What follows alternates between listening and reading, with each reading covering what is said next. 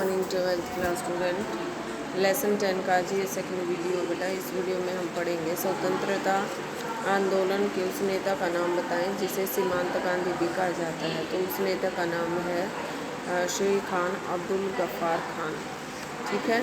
रजवाड़ों के शासकों को भारतीय संघ में शामिल होने के लिए मनाने समझाने में ऐतिहासिक भूमिका निभाने वाले नेता का नाम लिखें। तो आपका 1 मार्क्स क्वेश्चन बन रहा है यहाँ पर सरदार वल्लभ भाई पटेल। ठीक है। भारत का संविधान कब बनकर तैयार हुआ? 26 नवंबर 1949 को। ठीक है। संविधान सभा के सदस्यों द्वारा कब हस्ताक्षर किए गए व कब इसे लागू किया गया? 24 जनवरी 1950 को संविधान सभा के सदस्यों ने इस पर हस्ताक्षर किए। 26 जनवरी 1950 को इसे लागू किया गया। ठीक है बेटा। फिर है राज्य पुनर्गठन आयोग की सर्वाधिक महत्वपूर्ण सिफारिश क्या थी? राज्य पुनर्आयोग की सर्वाधिक महत्वपूर्ण सिफारिश भाषा के आधार पर राज्यों का पुनर्गठन था। ठीक है। भारत को स्वतंत्रता कब प्राप्त हुई? 15 अगस्त 1947 को। भारत में भाषा के आधार पर राज्यों के पुनर्गठन को न्यायोचित ठहराने के पक्ष में कोई एक तर्क दीजिए। 1956 में भाषा के आधार पर राज्यों का पुनर्गठन इसलिए किया गया ताकि देश की भाषाई और सांस्कृतिक बहुलता की झलक इसमें मिले और राष्ट्रीय एकता भी खंडित न हो।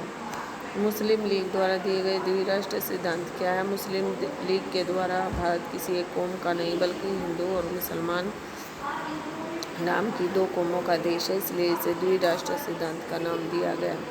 ठीक है। भारत की आज़ादी के समय राष्ट्र निर्माण में सबसे बड़ी बाधा क्या थी? भारत की आज़ादी के समय राष्ट्र निर्माण में सबसे बड़ी बाधा भारत में रहने वाले अलग अलग धर्मों एवं जातियों के लोगों को किस प्रकार एक सूत्र में बांधा जाए ये थी। भारत के विभाजन में किन 2 प्रांतों का भी बंटवारा किया गया? बंगाल और पंजाब का भी बंटवारा किया गया। भारतीय राष्ट्रीय आंदोलन के नेता धर्मनिरपेक्ष राज्य के पक्ष में क्यों थे? तो ये कारण दीजिए। राष्ट्रीय आंदोलन के नेता धर्मनिरपेक्ष राज्य के पक्ष में इसलिए थे क्योंकि धर्मनिरपेक्ष राज्य में भी सभी धर्मों और संप्रदायों को समान अधिकार प्राप्त होते हैं। ठीक है। 1947 में भारत के विभाजन के पीछे कौन सा सिद्धांत था? विभाजन के पीछे द्विराष्ट्र का सिद्धांत था। Theory 2 nation theory. संविधान सभा की प्रारूप समिति का अध्यक्ष कौन था? Doctor B.R. अम्बेडकर था। भारत के प्रथम प्रधानमंत्री कौन थे? पंडित जवाहरलाल नेहरू।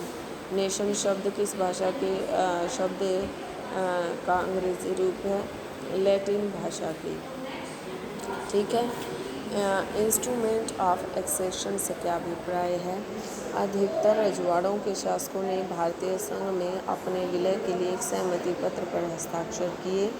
इस सहमति पत्र को भी इंस्ट्रूमेंट ऑफ एक्सेशन कहा जाता है। इस पर हस्ताक्षर का अर्थ था रजवाड़े भारतीय संघ में शामिल होने के लिए सहमत हैं। ठीक है। शरणार्थियों के पुनर्वास की समस्या क्या थी? शरणार्थियों के पुनर्वास की समस्या स्वतंत्रता प्राप्ति के समय भारत द्वारा शरणार्थियों के पुनर्वास की समस्या का सामना किया था। राज्यों के पुनर्गठन की समस्या का सामना किया था। राज्य पुनर्गठन आयोग के का संक्षिप्त वर्णन करें। नेक्स्ट क्वेश्चन बन रहा है आपका बेटा इस चैप्टर में।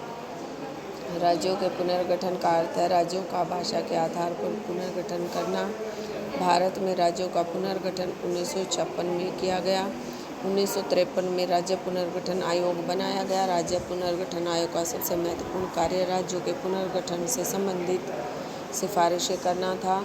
इस आयोग की सबसे महत्वपूर्ण सिफारिश यह थी कि राज्यों की सीमाओं का निर्धारण यहाँ बोली जाने वाली भाषा के आधार पर होना चाहिए। इस आयोग की रिपोर्ट के आधार पर 1956 में राज्य पुनर्गठन कानून पास हुआ तथा इस कानून के आधार पर 14 राज्य और 6 केंद्र शासित प्रदेश बनाए गए। ठीक है। ओके। नेक्स्ट आपका इसमें से क्वेश्चन बन रहा है बेटा कि 2 कारकों का वर्णन कीजिए जो पाकिस्तान के बनने के लिए उत्तरदायी थे। मुस्लिम लीग के द्वारा द्विराष्ट्र का सिद्धांत अपनाना, कांग्रेस और मुस्लिम लीग के बीच प्रतिस्पर्धा एवं ब्रिटिश शासन की भूमिका भी पाकिस्तान बनने के लिए उत्तरदायी थी। ठीक है बेटा।